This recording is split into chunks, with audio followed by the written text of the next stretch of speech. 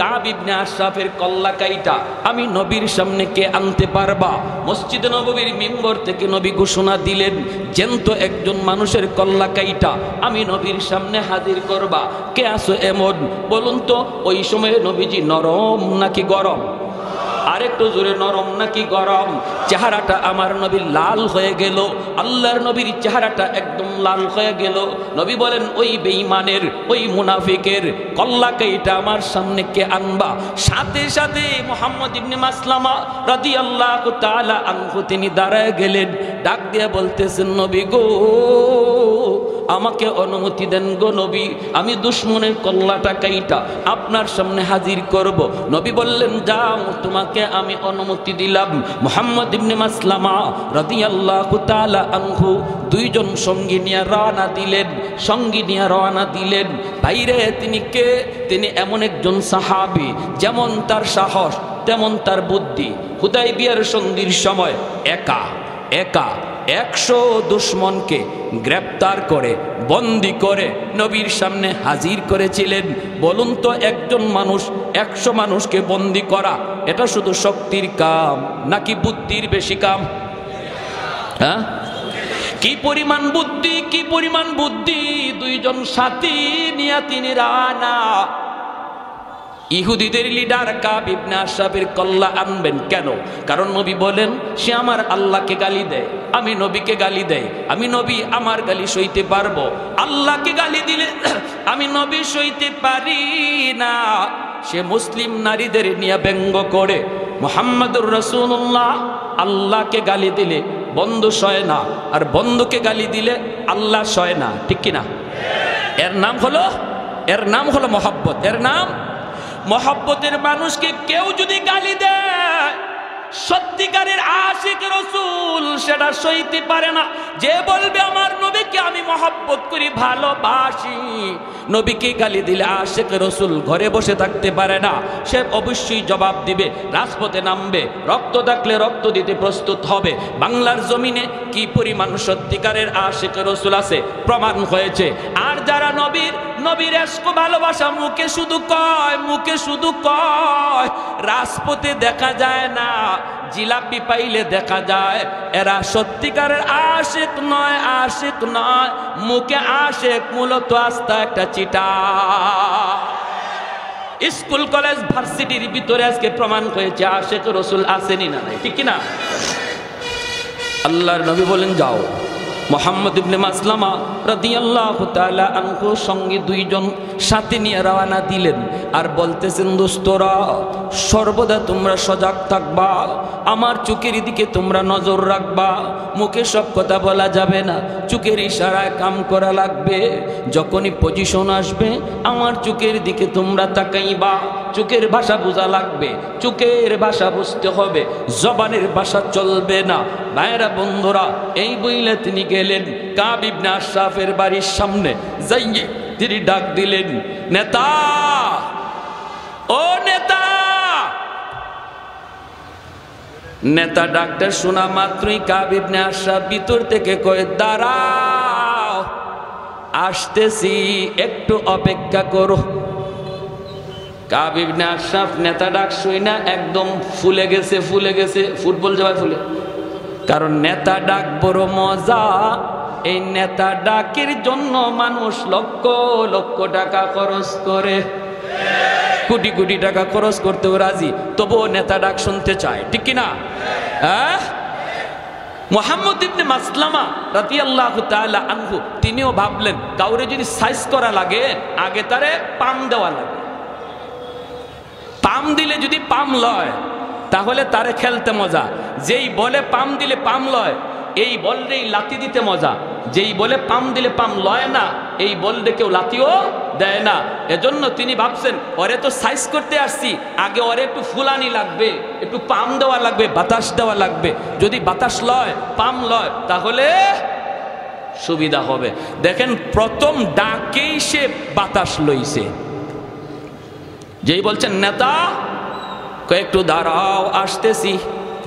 মুহাম্মদ ইবনে মাসলামা কয়, বুঝছি তুমি পাম লইছো, যেই মাত্র আওয়ার জন্য রওনা দিছে এমনি তার বউ কয়, কাব ইবনে আশরাফের বউ, ইমাম বুখারী রাহমাতুল্লাহ আলাইহি কিতাবুল মাগাজি বুখারী শরীফ জিলদে সানিতে এনেছেন।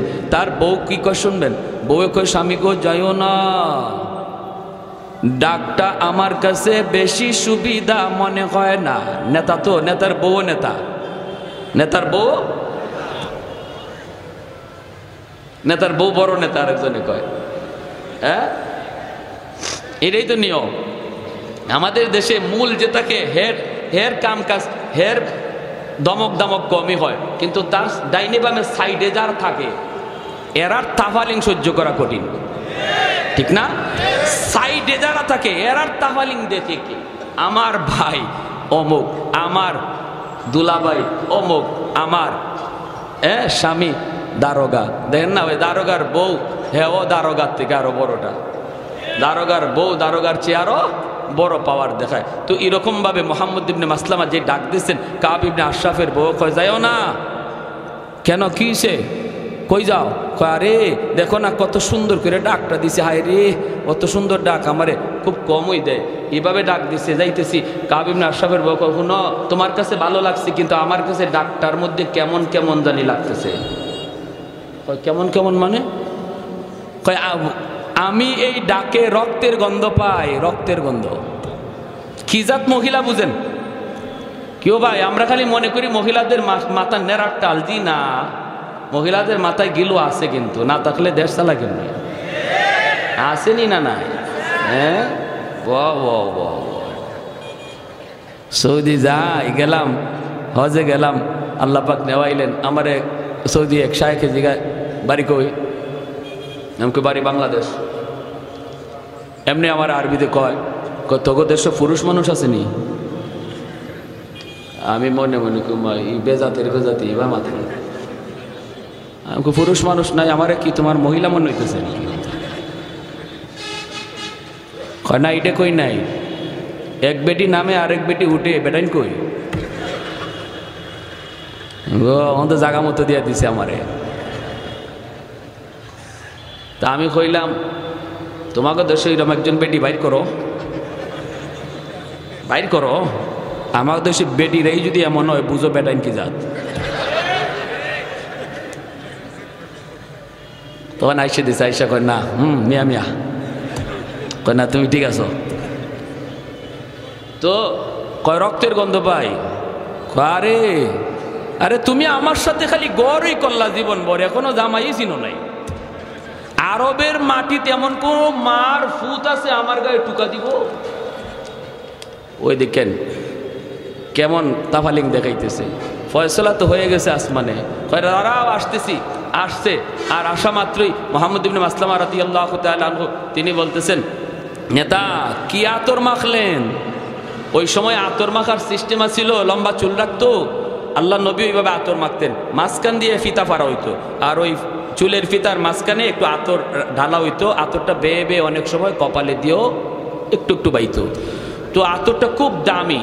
মুহাম্মদ ইবনে মাসলামার ওনার উদ্দেশ্য হইল তো খালি ওরে পাম দেওয়া, পাম বেশি দেওয়া। আয়া আসার লগে লগেই বলতেছেন, নেতা কি আতর মাখলেন, এত গ্রান? হে কয়, আরে এই আতর তোরা পাবি কই, তোরা ফকিন্নির জাত। আরে আমরাই তো এই আতর মাখি, এটা আরবের সবচেয়ে দামি আতর। মুহাম্মদ ইবনে মাসলামা কয়, এবারও তুমি পাম লইছো, তোমারে তো আমি খেলমু, তোমারে নিয়া টার্গেট হইল এটা। তো নেতা এই আতরটা কি আমি একটু শুনতে পারি আমার নাক দিয়া? কয় হ্যাঁ হ্যাঁ হ্যাঁ। কত মাথাটা একটু নোয়ান, ওই শুরু হয়েছে, মাথাটা একটু নোয়ান, আতরটা একটু শুনবো। কয় হ্যাঁ হ্যাঁ, এই যে নাও নাও। মাথাটা নয়া মাথাটা আগায় দিছে, আর চুল তো লম্বা, চুলটা আমার জন্য ধরছেন, দইরা আতর শুনবার নিয়ত করে টান দিয়ে কল্লাটা কাছে আনছেন। সাথের দুইজনের চোখ দেখুন, তোরা এখনো দেরি করস কে, দেখোস না বলির ফাটা হয়ে গেছে। টান কইরা ধরে রাখছেন, বলির ফাটা। আর দেরি করসকে, আর তো দেরি নেই, সাথে সাথে তলোয়ার বসায় দিয়েছেন, দেহ থেকে কল্লাটা আলাদা হয়ে গেছে। এই কল্লা চুলের মধ্যে ধইরেই আল্লাহর নবীর সামনে নিয়ে বলেন, ইয়া রাসূলুল্লাহ, নেন গো নবী। যার মাথা চেয়েছিলেন, নবী যে তখন ওই মাথা দেখে বলছেন, হাযা রাসু আদুবি ওয়া আদুবিল্লাহ, এটা মানুষের মাথা নয়, এটা আল্লাহ এবং তার রাসূলের দুশমনের মাথা। আবু বকর সিদ্দিক রাদিয়াল্লাহু তাআলা আনহুর মতো নরম সাহাবী, তিনিও গরম হয়েছেন জায়গা মতো। প্রতিদিন এক রাস্তা দিয়া যান, ইহুদি উনাকে গালি দেয়, জবাব দেন না, বাপ তুলে গালি দেয়। আবু বকর জবাব দেয় না, জবাব দেয় না, কারণ তিনি তো আবু বকর অত্যন্ত নরম দিলের সাহাবী। ওনাকে গালি দিয়েছে, জবাব নাই। বাবাকে গালি দিয়েছে, জবাব নাই। গোষ্ঠী তুইলা গালি দিয়েছে, জবাব নাই। একদিন ইহুদি আবু বকরকে কাঁপানোর জন্য আমার নবী, রহমতের নবী, মায়ার নবী তুলে গালি দিছে, আল্লাহকে গালি দিয়ে বসছে। কয় মুসলমানরাও ফকির, ওদের আল্লাহও ফকির, ওদের নবীও ফকির। নাউজুবিল্লাহ কর। সিদ্দিক আকবর যেই মাত্র কয় আল্লাহ ফকির, নবী ফকির, সাথে সাথে আবু বকর ঘুরে দাঁড়ালেন। নরম সাহাবী, এতদিন পর্যন্ত যিনি চোখ তুলে তাকান নাই, জবাব দেন নাই, সাথে সাথে তিনি ঘুরে দাঁড়ালেন। ঘুরে দাঁড়াইয়া হাতের মধ্যে যদ্দুর শক্তি ছিল, এই শক্তি নিয়ে তিনি গালের মধ্যে চোর মারছেন। চটটা খাইয়া গালটা একদম 5 আঙ্গুলের দাগ বসে গেছে, দোপাশ দিয়ে মাটিতে পড়ে গেছে, ওই পাশ দিয়ে পড়ে গেছে। নরম হাত যখন গরম হয় কেমন হয় একটু বুঝেন, আরো জোরে ঠিক কিনা? নরম হাত যখন গরম হয় তখন খবর হয়ে যায়, খবর হয়ে যায়। আবু বকরের হাত ছিল এতদিন নরম, হঠাৎ করে হয়েছে গরম। নরম হাতের পিছনে আছে আল্লাহর হাত, ঠিক কিনা জোরে বলেন? উলামায়ে কেরামের হাতের পিছনে আছে আল্লাহর হাত, ওলি আল্লাহদের হাতের পিছনে আছে আল্লাহর হাত, নবীদের হাতের পিছনে আছে আল্লাহর হাত, সাহাবীদের হাতের পিছনে আছে আল্লাহর হাত। উঠে না, উঠে না, উঠে না, উঠে না, উঠলে খবর হয়ে যায়, ঠিক কিনা জোরে কন? উঠে না, উঠে না, উঠে না, উঠলে খবর খাওয়া যায়। মুসা নবীর হাতের তাপ্পর খাইছিল ফেরাউনে, সেই শিশুকালে দুধের বয়সে, দুধ বয়সে ফেরাউনে খাইছে মুসা নবীর হাতের তাপ্পর। খাইয়েই ডাক দিছে আসিয়া রে, ও আসিয়া কই গেলা, তাড়াতাড়ি আও, খবর হয়ে গেছে। কি হইছে? কই আমার গালে চোর মারছে। কেডায় মারছে? কয় এই ছোট বাচ্চায়। আসিয়া বলি, এটা তুমি কি কও? ছোট বাচ্চা হাত নাড়ানাড়ি করছে, তোমার গায়ে লাগছে, গালে লাগছে, তুমি কও চর। বাচ্চারা এমনি তো হাত নাড়ানাড়ি করে। ফেরাউনে কয় না গো আসিয়া, চরটা আমি খাইছি, আমি বুঝি। এটা বুঝা মারছে না না বুঝা মারছে, আমি বুঝছি ভালো কইরা। ছোট মানুষের সন্না ঈশ্বরের মাঝে কি শক্তি আছিল এটা আমি টের পাইছি। তাহলে বুঝলেন নবীদের হাতের পিছনে আল্লাহর হাত। উঠে না, উঠে না, উঠলে খবর হয়ে যায়, ঠিক কিনা? উলামায়ে কেরাম হাত তুলে না, তুলে না, তুলে না। উলামায়ে কেরাম নরম জাতি, নরম থাকতে দাও। উলামায়ে কেরাম হাদিস পড়ায়, উলামায়ে কেরাম দিনের কাজ করে, দিনের কাজ করতে দাও। তোমরা মরা গরুর হাড্ডি চাবাও, যা মন চায় তা চাবাও। আমাদের কোরআনে আঙ্গুল দিও না, আমাদের টুপিতে আঙ্গুল দিও না, মুসলমানের দাড়িতে আঙ্গুল দিও না, নামাজে আঙ্গুল দিও না। উলামায়ে কেরাম যাদের উসিলায় আল্লাহ জমিনে রহমত নাজিল করে, এদেরকে নিয়ে ষড়যন্ত্র করবা না, ষড়যন্ত্র করবা না। মনে রাখবা, যদি করো, যদি আঙ্গুল তুলো, যদি কোরআনে আঙ্গুল তুলো, তাহলে এই নরম হাত কিন্তু গরম হয়ে যায়, মুসা নবীর হাতের মতো, আবু বকরের হাতের মতো, ঠিক কিনা জোরে কও? যে যে লাইনে আসো এই লাইনে পণ্ডিতি করো, আরেক লাইনে যাও না। তুমি তোমার ইঞ্জিনিয়ারি লই আসো, এই লাইনে পণ্ডিতি যা পারো করো। আমরা তোমার ইগানোকে পণ্ডিতি করি না। তুমি ডাক্তার, ডাক্তারি লই আসো, এই লাইনে পণ্ডিতি করো। আমরা এই লাইনে কথা কইও না, কারণ এই লাইনে আমরা পণ্ডিত না। কিন্তু আমরা যে লাইনে পণ্ডিত, এই লাইনে পণ্ডিতি করতে আইও না। ইগানো করার আগে একটু বুঝছো, তুমি মেজর হও আর ডাক্তার হও আর যাই হও, যত যা কিছু হও, যার যার পণ্ডিতি যার যার সাবজেক্টের উপর, ঠিক কিনা? উলামায়ে কেরামের কথার ভুল ধরতে গেলে এই লাইনে তোমাকে আগে পণ্ডিত হওয়া লাগবে। সবাইকে এই কথা জেনে রাখা উচিত। আপনাদেরকেও যারা বগলের নিচে বুখারী শরীফ লইয়া লইয়া উলামায়ে কেরামের বিরুদ্ধে কথা কয়, উলামায়ে কেরামের বিরুদ্ধে পণ্ডিতি করে, কয় নামাজ হয় না, মৌলবীদের কথা ঠিক না, মৌলবীদের কথা মতো জুম্মা পড়লে জুম্মা হবে না, জানাজা পড়লে জানাজা হবে না, রুকু ইবাই করলে হয় না, হাত ইবাই বাঁধলে হয় না, এমন যত ধরনের পণ্ডিতি করে বগলের তরে বাংলা বুখারী লইয়া। আমি ভালো করে বলতে চাই, মনে রাখবা পণ্ডিতি যার যার সাবজেক্টের উপরে। যদি আপনাদেরকে কেউ এমন পণ্ডিতি করতে বলে, পরিষ্কার টান দিয়া ধইরা মুফতি সাহেবের কাছে আনবেন, মুহাদ্দিস সাহেবের কাছে আনবেন, দেখেন তার পাতলা পায়খানা শুরু হয়ে যাবে। তখনই কইব আমার পেটে কামড় মারছে, আমারে বাথরুমে যাইতে দাও, ঠিক না? আপনারা কোনো তর্কে যাবেন না, আপনারা তো হে তো সহি হাদিসের বান্ডাল লইয়া আইছে, অতএব এর সাথে আপনারা চাপা করে পারবেন না। হে কয়েকটা হাদিস মুখস্থ করে বহুত বড় চাপা লইয়া আসছে, এর খালি কইবেন চল মুফতি সাহেবের কাছে যাই, দেখবেন হের জ্বর উঠতে গেছে, জ্বর। এটা হইল হের ট্যাবলেট, এটা হইল ট্যাবলেট। আপনারা তর্কে যায় না, অদ্দূরে বলে ভাই এত হাদিস বুঝি না, এত সহি হাদিস আর হাসান হাদিস, গায়ের সহি হাদিস এবং জয়ীফ হাদিস কি কো, এত কিছু বুঝি না, চলো হুজুরের কাছে যাই, দেখবা হের সাথে সাথে 104 ডিগ্রি জ্বর, ঠিক না? পণ্ডিতি যার যার সাবজেক্টে। প্যারে হাজরিন, বলেন, আমরা নিষেধ করি না, উলামায়ে কেরাম বলতেছে আপনারাও কিছু জানছেন বলেন, বুঝান, কিন্তু একজন আলেমের, একজন মুফতি মুহাদ্দিসের কথাকে যদি আপনার কাউন্টার দিতে হয়, তাহলে অবশ্যই এই লাইনে আপনার অভিজ্ঞতা থাকা লাগবে।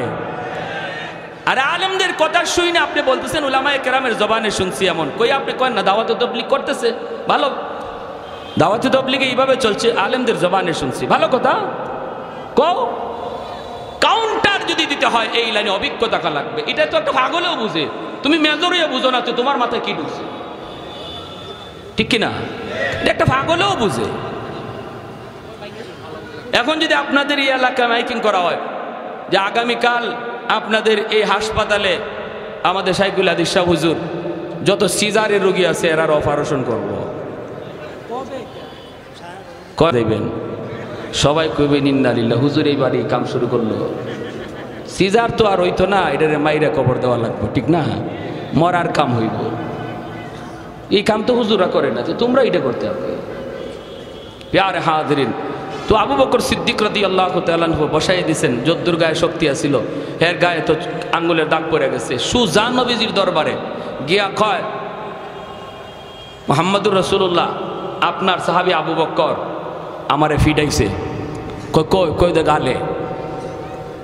আল্লাহ নবী যে দেখেন গালে এখনো আঙ্গুলের দাগ আছে, আঙ্গুলের দাগ পড়ে গেছে গালে, বুঝেন এটা কি জেনতেন চোর, এটা কি জেনতেন চোর? নবী বলতেছেন তুমি ভুল বলতেছো, মনে হয় কামটা উমরের, কারণ আমার উমরে এইরকম কইরা অভ্যাস আছে, কিন্তু নামটা মনে হয় তুমি ভুল বলতেছো, আবু বকর না, আবু বকর এমন করতে পারে না, আবু বকর তো নরম। ইহুদি কয় আপনার নরম সাহাবী গরম হইছে, আপনার নরম জনই আজকে গরম হইছে। আল্লাহ নবী বলে কেন, আমার আবু বকর তো হঠাৎ করে গরম হওয়ার কথা না। কয় এমনি, দেখেন ডাকাইতে ডাকাইতে মিশা কথা কয় এমনি। নবীজি আবু বকরকে ডাক দিয়েছেন, ডাক দিয়ে বলতেছেন আবু বকর ঘটনা কি, চটটা তুমি মারছো। সিদ্দিক আকবর, তিনি তো সিদ্দিক। সিদ্দিক কাকে বলে? জীবনে যে মিথ্যা কথা বলে না, সিদ্দিক। ডাক দিয়া বলেন ইয়া রাসূলুল্লাহ, নবী গো আমারে গালি দিছে, বাপ তুইলা গালি দিছে, সব গালি শুইতে পারছি, কিন্তু যখনই আল্লাহকে গালি দিছে, আপনারে গালি দিছে, তখন তো এটা আমার ইমানের সাবজেক্ট। ইমানদারের সামনে আল্লাহর গালি হবে, আল্লাহর রসুলকে নিয়ে ব্যঙ্গ হবে। আর ইমানদার যদি চুপচাপ চলে যায়, কারণ সে আমার ভাই, সে আমার বন্ধু, সে আমার নেতা, সে আমার দলের লোক, এই মনে কইরা যদি নীরব চলে যায়, নবী বলেন তার ইমান নাই, ইমান নাই। মাল ইমান ইয়া রাসূলুল্লাহ, ইদা সাররাতকা হাসানাতুকা ওয়া ইদা সাআতকা সাইয়্যাতুকা ফা আনতা মুমিন। চলে যায় যদি, বোঝা গেল ইমান নাই। কপালের ভিতরে নামাজে পড়তে পড়তে নামাজের কর পড়া গেল, এরপরও নবী বলেন তার ইমান নাই, ঠিক কিনা? ঠিক কিনা? আল্লাহর বিরুদ্ধে কথা শুনলো, ইসলামের বিরুদ্ধে কথা শুনলো, নবীর বিরুদ্ধে কথা শুনলো, এরপরে চলে যায়। কয় থাক, বলে ফেলছে, বলে ফেলুক। এই বইলে যদি কেউ চলে যায়, আল্লাহর নবী বলতেছেন, আমি নবী গ্যারান্টি দিলাম, সার্টিফিকেট দিলাম, ওর ইমান নাই, ইমান নাই, ইমান নাই, ইমান নাই, ইমান নাই। এজন্য ভাইরা বন্ধুরা, আবু বকর সিদ্দিক রাদিয়াল্লাহু তাআলা আনহু তিনি বলেন, আমি মারছি গো নবী, যখনই আপনারে গালি দিছে আল্লাহ তুলে গালি দিছে। আল্লাহ নবী বলে, আবু বকর, মুহাম্মদুর রাসূলুল্লাহর আদালতে বিচার রে। আল বাইয়িনাতু আলাল মুদ্দাই ওয়াল ইয়ামিনু আলা মান আনকার। তুমি তোমার দাবির সপক্ষে তুমি দলিল পেশ করো। তোমার আল্লাহকে গালি দিছে, দলিল দাও, দলিল, নতুবা সে কসম করে কিন্তু বিচারের রায় পক্ষে নিয়ে নিবে। আবু বকর সিদ্দিক বলেন, নবী গো, কেউ ছিল না গো নবী, ওখানে কেউ তো ছিল না, আমি আর সে শুধু ছিলাম, সাক্ষী দিবে কে? নবী বলেন, তাহলে রেডি হয়ে যাও, তোমার গালে এইভাবে একটা চোর মারবে, এইভাবে চোর মারবে। সাথে সাথে আবু বকর চোখের পানি সেইরা আল্লাহর কাছে ডাক দিয়া কয়, মালিক, কেউ দেখে নাই, কেউ শুনে নাই, কিন্তু আল্লাহ তুমি তো সব দেখছো, সব শুনছো। সাথে সাথে আল্লাহ জিব্রাইলে পাঠায় কয়, বন্ধু, আবু বকরের পক্ষে আমি আল্লাহ সাক্ষী দিলাম। সুবহানাল্লাহ। তাহলে নরম সাহাবী হতে গরম হয়েছে। আচ্ছা আচ্ছা, ঠিক আছে, বোঝা গেল, নরম সাহাবীও গরম হয়েছেন, ঠিক কিনা ভাই? এজন্য বলতেছিলাম, আমার মূল কথা উদ্দেশ্য, আজকে সিরাতুন নবীর প্রোগ্রাম ওলামায়ে কেরাম হাতে নিয়েছেন, আপনারা সহযোগিতা করছেন। আলহামদুলিল্লাহ। কি ছিল নবীর সিরাত? উল্লেখযোগ্য একটা নবীর বৈশিষ্ট্য ছিল, নিজের স্বার্থে, হুজুর আমার আগে বলে গেলেন, নবী তার ব্যক্তি স্বার্থে কোনোদিন গরম হন নাই, কিন্তু ইসলামের জন্য এমন গরমও হয়েছেন, এরও কোনো নজির আর কেউ দেখাইতে পারবে না, ঠিক কিনা? এমন গরম হওয়া হয়েছে, এখানে কোনো ছাড় নাই, এখানে কোনো কম্প্রোমাইজ নাই, এখানে কোনো সন্ধি নাই। যখনই দেখব আমার সামনে হক বাতিলের দ্বন্দ্ব, ইমান আর কুফুরের দ্বন্দ্ব, ইসলাম থাকবে কি থাকবে না, এই জমিনে আল্লাহর দ্বীন থাকবে কি থাকবে না, এই প্রশ্ন যখন আমার সামনে আসবে, তখন আমাকে আর নরম থাকার কোনো সুযোগ নাই। ইমানের দাবি হলো আগুনের চেয়েও বেশি গরম হয়ে যাও। সবাই রাজি আছি ইনশাআল্লাহ? আল্লাহ আমাদের প্রত্যেকে নিজেদের ভিতরে সব ধরনের মারামারি দ্বন্দ্ব থেকে আল্লাহ হেফাজত করো। আমরা মুসলমান ভাই ভাই হয়ে থাকতে চাই। যে যে দল করে, আল্লাহ এই দল আমাদের বড় পরিচয় নয়, বড় পরিচয় আমরা মুসলমান। আমরা দলের কারণে কেউ কারো গায়ে যেন হাত না তুলি, আল্লাহ আর ইসলামের পক্ষে যেন আমরা সর্বদা মজবুত থাকতে পারি, আমরা যেন তলোয়ারের চেয়েও বেশি ধারালো থাকতে পারি। আল্লাহ তৌফিক দান করো। সবাই বলি আমিন। ওয়া আখির দাওয়ানা আনিল হামদুলিল্লাহি রাব্বিল আলামিন। আপনাদের সামনে একটু রুমাল যেতেছে, অনেক খরচ, এটা তো আপনারা বুঝেন। যারা